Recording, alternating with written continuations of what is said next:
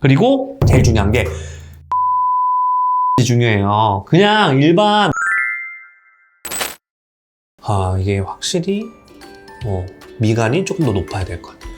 요즘 맞춤형 보형물이라는 것도 많이 나왔잖아요. 그래서 코 수술 상담할 때 도대체 내가 어떤 거를 중점적으로 봐서 병원을 골라야 될까? 이거 되게 꿀팁이 있거든요. 먼저 알려드리면 첫 번째가 이런 내가 조금 뼈가 특이하다. 뭐 눈썹뼈가 튀어나오거나 그 다음에 뼈가 휘어있거나 이렇다 그러면 CT가 있는지를 꼭 확인을 해보셔야 돼요. CT가 뭐냐면 한국말로 전산화 단층 촬영이라고 해서 내 뼈, 그 다음에 뼈 안에 이제 연부 조직들을 층층이 자르는 거야.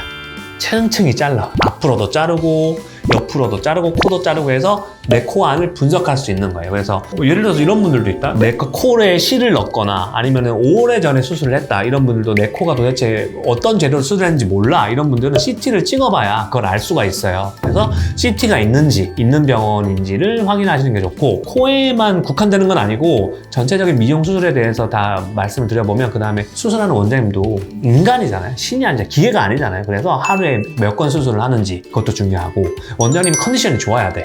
그리고 AS 기간이 얼마나 되는지 그것도 되게 중요하죠. 그 다음에 이거 수술만 하고 그냥 끝나는 원장님들도 있어요. 근데 경과는 원장님이 봐주는지, 그 다음에 경과는 얼마만큼 봐주는지, 그리고 내가 이렇게 소통이 잘 되는지, 뭐 예를 들어서 뭐 상담하고 나서 물어봤는데 막 연락이 안 와. 병원에서 뭐 이런 뭐 어떤 재료를 쓰는 거예요? 하고 뭐 내가 기억을 다 못할 수도 있잖아요.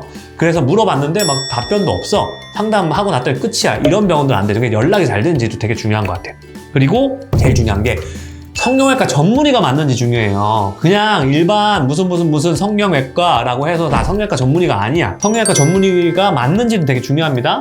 그리고 또 이제 수술을 하시는 고객들의 입장에서 보면 이제 사후 관리 있죠. AS를 잘 해주는지, AS 기간은 어떻게 되는지 이런 것도 되게 중요하니까 그거는 먼저 상담 때 물어보세요.